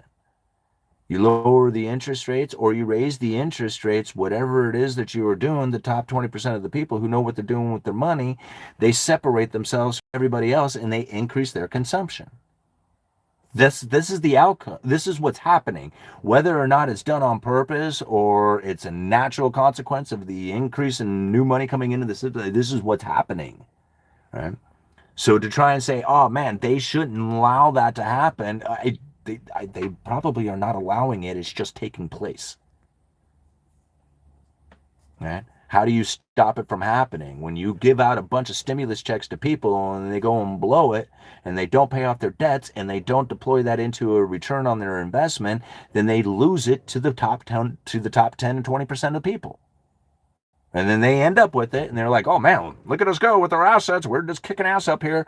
And everybody else is like, oh, you greedy. You're greedy. You should give us some. And they're like, okay, here. Whoop. They come right back to them. Like, that didn't work. That didn't work at all. You know? You want us to do it again? Okay, here you go. Right back to them again. And they're like, maybe we should just do this on a regular basis. Just give you UBI, and then we'll just be like, just sucking it all right up to the top, and the man, they'll just be on a rocket ship of inequality. All right. I saw the big three banks close down 75 banks in 6 weeks. Also, Vietnam closed 80 million bank accounts. People lost their money. Go up here to Rodney. It's the great taking. They know exactly what they're doing. All the elites are selling stock for cash, liquidity, to buy back everything for pennies on the dollar after the inevitable crash.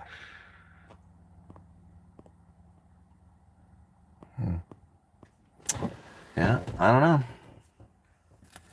Yeah, I mean, you think about it. If you're not reliant on 80% of the people if you're not relying on 80% of the people, then how much are you worried about it if you just have to deal with 20%?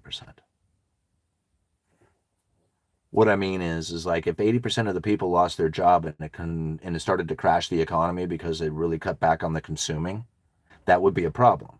But 80% of the people can work or not work, and it doesn't make any difference. Right?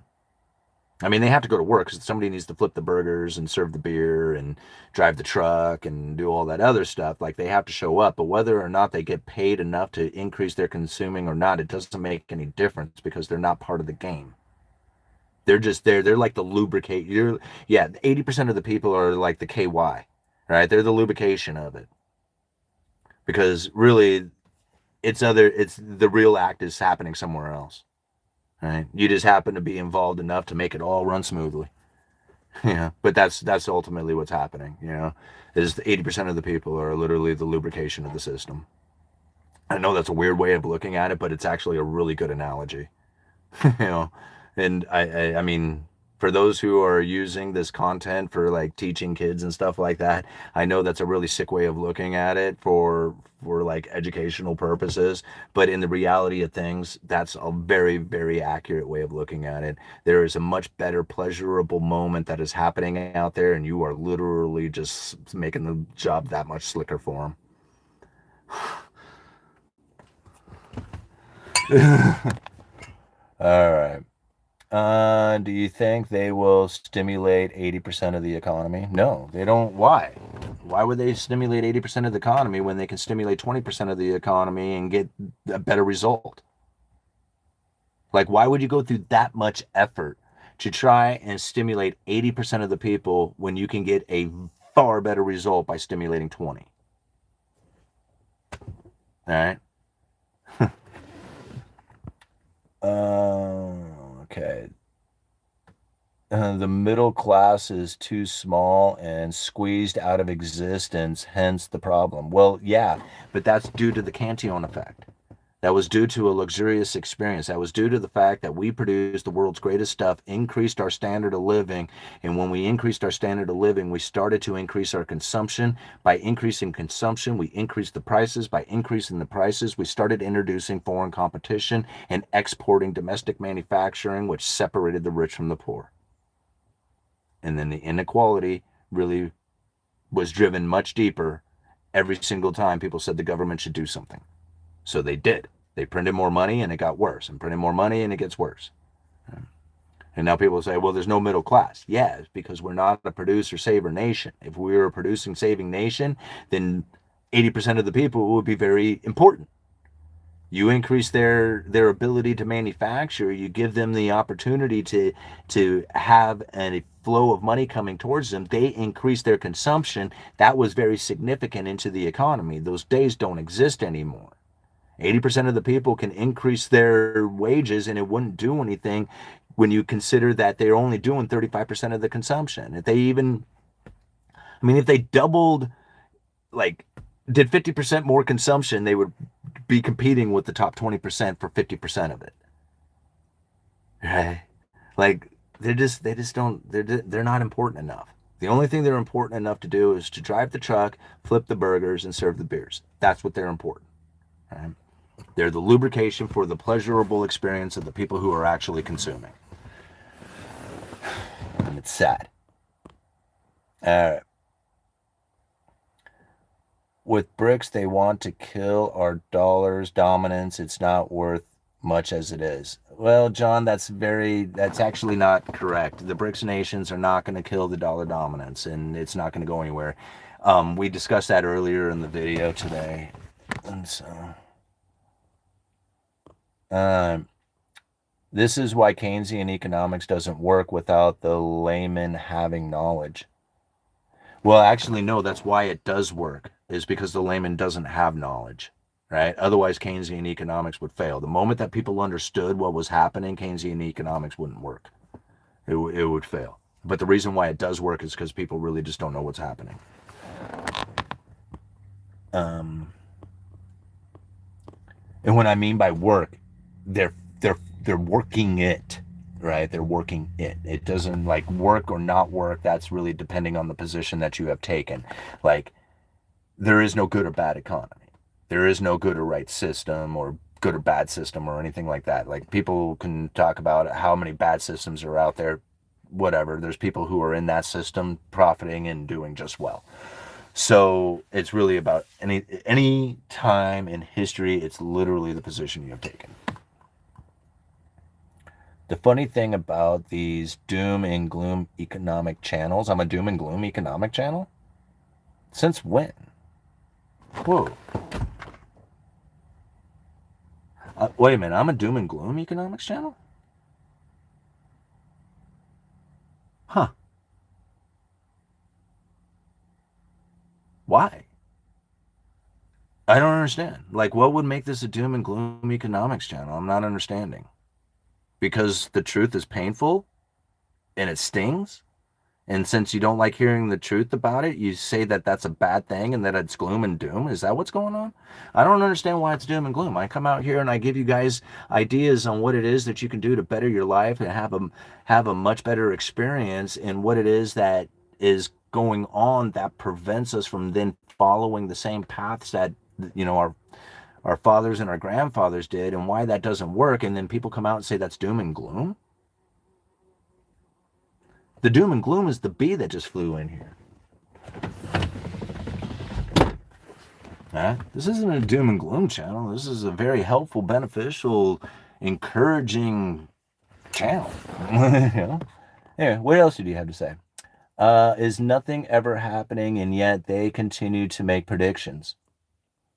Yeah, I mean, people were telling me that lumber prices were going to stay elevated forever, and I said, nah, at 1,700 per thousand, you're going to see lumber prices come way back down to normal, and I made that prediction so that people could then better position themselves for the projects that they were doing, and I got a lot of response back. One of the reasons why this channel was so popular, I got a lot of response back from people saying, thank you. Thank you for putting out these videos. Thank you for talking about the economic theories. Thank you for explaining it the way you did, because you saved me and my family so much money. Like, that's helpful, useful information. That's not doom and gloom, right? Again, I think it's more about the meaning you get. I think you're a doom and gloomer. I think that's really what it is. You receive information and then believe that the information is doom and gloom and therefore deteriorates your life. You sit in a vat of depression and then want to blame the external for sitting in that state of mind. This is like, I still don't get it. How could you possibly see this as a doom and gloom channel? It's like one of the most encouraging channels that you could ever possibly follow. You know, I mean, here it is. I'm a working class individual with no education, no, family inheritance, no business, no anything like that going on. And I figured out a way that I can then pay my bills on time, and I try to share that with other people. And you literally deny that? Wow. Huh. Sad. Moving on. The thing is, 80% are asleep and they're going to go down with the ship. America don't have enough deals with the other countries for imports to create wealth. Instead, America, with rapid pace, headed to bankruptcy. Well, that's only if the people stop buying the U.S. Treasury debt. And last time I looked, foreign holding of U.S. Treasuries was now more than any time in history. Of course, there's a lot of debt to go around, so that gives them the ability to go deeper into debt. But considering that, let me see. Excuse me. Foreign holdings of U.S. Treasuries for red. I love the Federal Reserve. Okay. The Federal Reserve of St. Louis has a chart for just about everything that you could ever possibly imagine. Roll this thing down again. It has a chart for just about everything that you can imagine, and this is a chart of the federal debt held by foreign and international investors. And now, because YouTube reverses everything, you're going to see it backwards on the screen here. You're going to see it at all because it's all black. There we go. There it is. And oh gosh, the reflection is terrible. All right, so way over here, record high. See, it was way down there. These are gray lines, recessions. All the way through history, we're now at the highest history. Damn reflection. More foreign holding of U.S. Treasury debt now than in any time in history. Like, people say, oh no, man, all these people are getting out of U.S. Treasury debt. They don't want it anymore. I mean, maybe you could have said that in like, maybe between like, throughout 22, I'm sorry. Maybe in 2022, you could have said that and been a little bit accurate for a year. You could say that people were getting out of it, but ultimately that has completely reversed. And now there's more holdings of U.S. Treasury debt by foreign countries and investors than any time in history. All right? That's not getting out. That's not getting out. Like, getting out would mean that there would be less. There's more. They're getting in. I don't know what news articles people are reading out there that gives them some sort of belief that there is no demand for U.S. Treasury debts out there. That is so far from the truth. That is probably the lamest thing that I've ever heard. This chart right here just proves it. When you see foreign nations selling off U.S. Treasuries, you know what's really happening, right?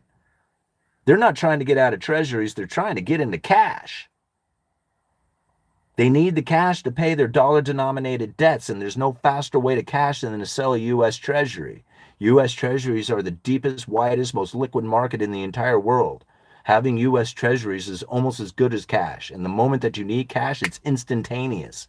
You can sell it on the market and pay your dollar-denominated debts. When you see nations selling out of U.S. Treasuries, that is what is happening. They are not trying to get out of Treasuries. Even Russia is holding Treasuries, right? Because it's the safest, most liquid asset in the entire world. Well, the safest, most liquid, deepest, widest. There we go. It's not the safest. Gold is essentially the safest.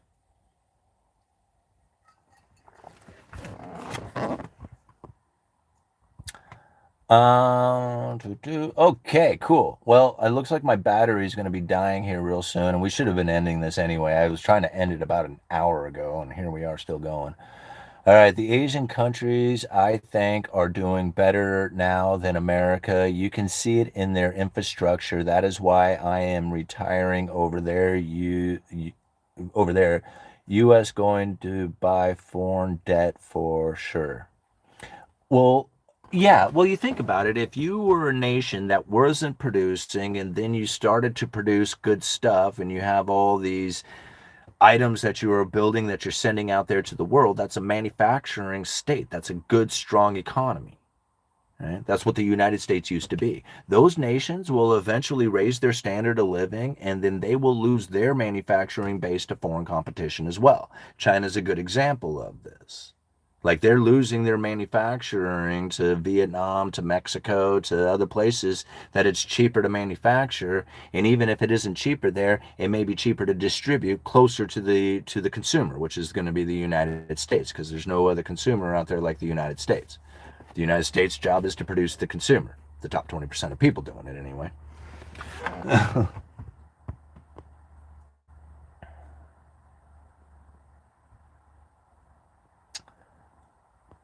I grew up poor, couldn't afford the ore. Class from the front seat of the quality, old, reliable Suburban. Yeah, absolutely. I mean, I think about it, just this vehicle alone. You know, I people are like, oh, but it sucks all this gas, and I'm like, well, I mean, I drive it down the highway, so, if you're don't put your foot into it, then, it'll do okay. And I drive straight to work, so yeah, it does take a lot of gas, but the insurance is super cheap, right? Maintenance is easy. I ain't nothing like really that can go that wrong with it. So long as it starts every day, it's going to probably start tomorrow. You know, I mean, it's just like a fairly easy thing to maintain. So to me, like this thing, there's no better money saver than to have the Suburban. Like I can't think of anything else that I would want.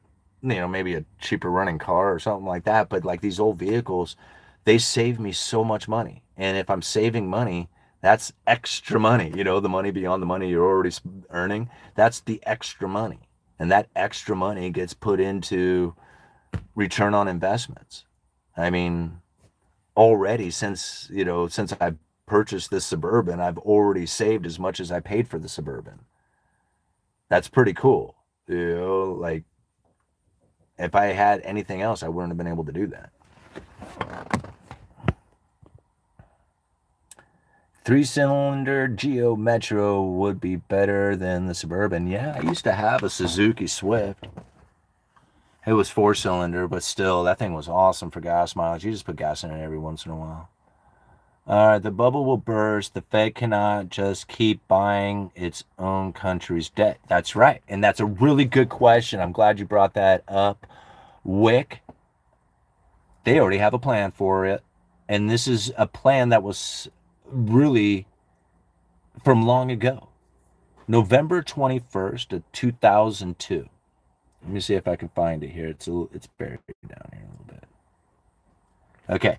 So the question right here. The bubble, it says the bubble will burst. The Fed cannot just keep buying its own country's debt. Wick, you're absolutely right. The Fed can inject money into the economy in still other ways. For example, the Fed has the authority to buy foreign government debt as well as domestic government debt. Potentially, this class of asset offers a huge scope for the Fed's operations, as the quantity of foreign assets eligible for purchase by the Fed is several times the stock of the U.S. government debt. This was stated in a speech given by Ben Bernanke in November of 2002. It's not like they don't know what to do. It's not like they don't have a plan. It's not like they didn't have this expectation. Yeah. It's not like they don't know what to do. All right. But that's a reliable older Suburban, not the trash they make today. No, I agree. I mean, I wouldn't trade this thing. Like, I mean, I love this truck. You know, you wouldn't believe it. You know? All right. Yes, I agree with our host about older cars. I did the same thing with an old 82 Pacer. Eventually, I was able to save for my Adderall suppositories and cheap Ripple from the liquor store. All right. Well, good for you. How much do you think the Fed will cut at the next meeting? Also, do you like gold over Bitcoin? Yes, I like gold over Bitcoin. How much they cut doesn't really mean much outside of the message that they deliver with it.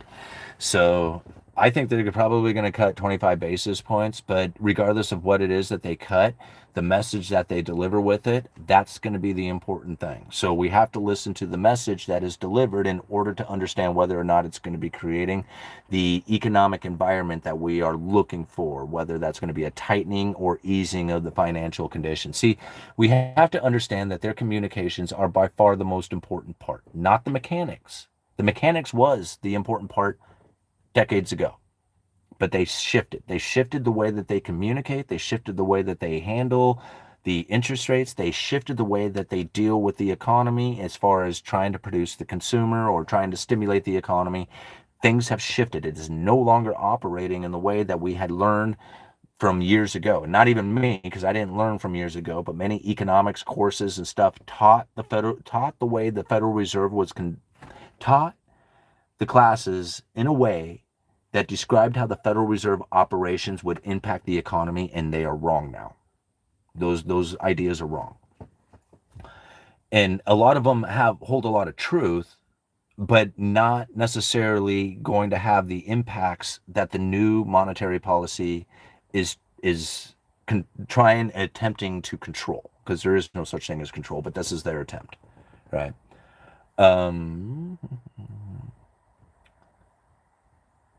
All right. Reading between the lines, I have gone over this speech so many times. February 21st, 2025, Reading Between the Lines, Textual Analysis of Central Bank Communications. It's a speech by Philip Jefferson, Federal Board of Governors of the Federal Reserve System, sits on the FOMC, votes on monetary policy. It says this: using textual analysis, high-frequency asset price data, and high-frequency central bank communication data, this research shows that investors' reactions to specific sentences communicated by the central bank are quickly incorporated into asset prices. Specific sentences they use, quickly incorporated into asset prices. It's not the interest rate adjustment. It was these specific sentences that they used, right? People say, is when the Federal Reserve adjusts rates, what's going to happen to the asset prices? What's the specific sentences they used, right? Because that's what's going to do it. I don't know how many people look at it this way. The Fed does. I mean, this is the Fed saying it straight up to you. Yeah, this is like, hey, we use specific words and sentences to adjust asset prices. And people go, what's going to happen to asset prices when you adjust rates? And I'm like, did you hear what they said? They said that they're going to use specific words and sentences. Okay. Continuing on. Policymakers know that their communications are likely to affect the course of short-term interest rates. Their not the adjustment of interest rates, but the communication about interest rates. Policymakers know that their communications are likely to affect the course of short-term interest rates, other asset prices, and the associated economic outlook, resulting in an easing or tightening of financial conditions. Who cares what interest rate adjustment happens? What is the communication with it? Because that is what they are using. Their communications of specific sentences will be quickly incorporated into asset prices, and they know that their communications are resulting in an easing or tightening of financial conditions. Go and read the speech yourself. Or you can become a member of the channel, pay the $1, and go and review the video that we had done breaking down this speech in its entirety, so that we can then incorporate that into our own decision-making process, knowing that they are using specific words and sentences to create an economic environment that they are looking for, which is an easing or tightening of financial conditions that are basically the asset prices that people are looking for. Like, this is how they do it. And I don't know how many other people out there have communicated through their YouTube channels and the mainstream media articles and anything else that this is how they're doing it. I don't know how many other people are doing that, except for the Uneducated Economist. And the only reason why I'm doing it is because that's what the Fed said that they were doing. Because I follow the Fed's words. I follow their speeches.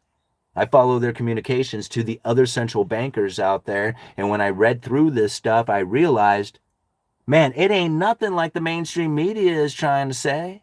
Not a thing like it. It is completely different. Why? Because they switched the way that they handle their monetary policy. Coming from this exact same banker, right? Philip Jefferson. He had another speech communicating about policy. This speech is so telling. I mean, it describes credible threat in how they use their words, in use of those words to create the monetary policy that they are looking for. This speech breaks it down in detail. Given May 13th of 2024, communicating about monetary policy, literally the title of the speech. It says, in 1981, Karl Brunner, the Swiss monetary economist, called central banking an esoteric art and lamented central banks' quote, inherent impossibility to articulate its insights in an explicit and intelligible words and sentences. Brunner, 1981, right? That's what he said that. At the time, central banking wisdom dictated that monetary policy makers should say as little as possible. Some research of that vintage rationalized this, quote, secrecy through the notion that monetary policy would be particularly effective if it surprised the markets. This is the way that the Fed used to conduct themselves. Everybody looks at the Federal Reserve in this way. Expectations became a focal point in academic and policy circles with the emergence of the new Keynesian models in the 1990s as a framework for monetary policy. In these models, aligning the expectations of the decision makers are like you and me, in the private sector with those of the policymakers produced superior economic outcomes. Mike Woodford, one of the developers of the new Keynesian model, put it this way: not only do expectations about policy matter, but very little else matters. I'm going to call it quits with that. Uneducated economist, you guys let me know.